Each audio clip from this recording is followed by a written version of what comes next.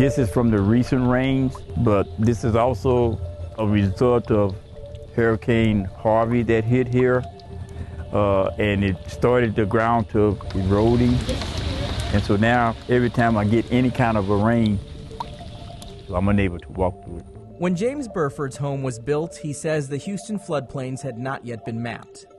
This is where Harvey did damage to the siding on the house. As you can see, it's deteriorating now. All of it needs replacing. Inside his home, you'll find the walls and ceilings covered in black mold. This particular room was my daughter's room, and so that's why we had to leave. Something he was in no condition to do. Yeah, I'm a disabled veteran. I do have some medical issues that I have to deal with, and it's not good for someone that has gone through what I've gone through, which tends to frustrate me more because I feel like, you know, having this property here, serving my country as I have, and then being treated this way by the city of Houston and by the state of Texas, you know, I feel like that's a great injustice. James isn't alone. Many of the homes along Greens Bayou often flood. This is predominantly an area of color.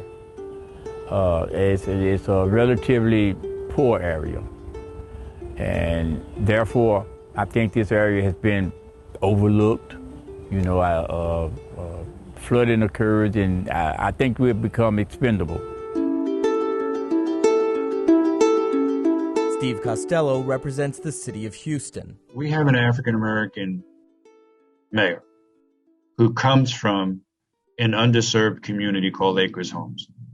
And he has been committed to make change for the city to focus on underserved communities. Harris County Flood Control says they are working on solutions, among them potential voluntary buyouts. When we had to leave, you know, physically leave the place, you know, it was like, where we gonna go, what we gonna do, you know. So, well, I'm gonna find something for us, some place for us to live at.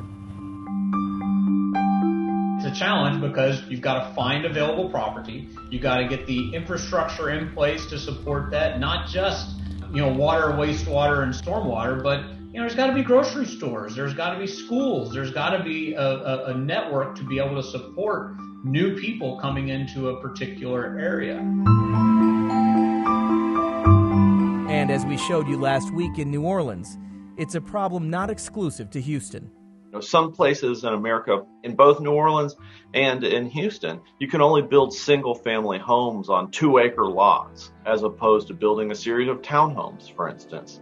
You know, that's significantly increases density, significantly increases the supply of housing, and it actually reduces the cost burden on people when you increase supply. And this is a challenge for the entire country. We need to produce a lot more housing. While Tulane experts say buyouts and affordable housing are the solution, if a part of town fails, we all fail.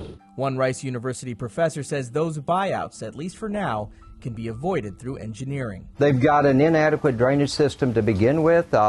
It doesn't have anywhere to flow. There are culverts that are stopped up. And then there's no big projects that come in and really handle those big storms that we're getting more often. And it's supposed to be flowing this way? Jim Blackburn is co-director of the Severe Storm Prevention, Education, and Evacuation from Disaster Center. And so if a project costs $5 million, and if you're protecting $10 million houses, then that's $10 million in benefits and $5 million in cost. So we've seen example after example of where lower income areas have trouble qualifying for the federal programs. Alan Black says all of that is about to change, thanks in part to the Water Resources Development Act of 2020. The bill opens a kind of loophole for the Army Corps of Engineers to help economically disadvantaged communities through 10 pilot programs. The Harris County Flood Control District hopes to be one of the first in the nation to tackle the problems in Northeast Houston. Because at the end of the day, a solution must be found. For James Blackburn, that could fulfill a simple dream. I would love to come home. You know, I've been in this neighborhood for half of my life. I'm Usher Qureshi.